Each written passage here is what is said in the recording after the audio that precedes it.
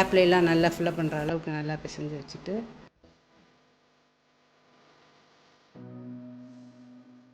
நல்லா மிக்ஸ் பண்ணி 3 hours ஃப்ரிட்ஜில் வச்சிடணும்.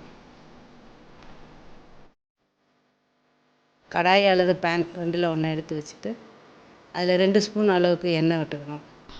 ஒரு 2 ஸ்பூன் அளவுக்கு பட்டர் அல்லது வெண்ணெய் எடுத்து வச்சுக்கணும். விட்டுட்டு கொஞ்சம் சூடான அளவு வந்த உடனே நம்ம பிரட்டி வச்சுருக்க அந்த சிக்கன் பீஸ் எடுத்து ஒன்று ஒன்றா அதில் எடுத்து போடணும்.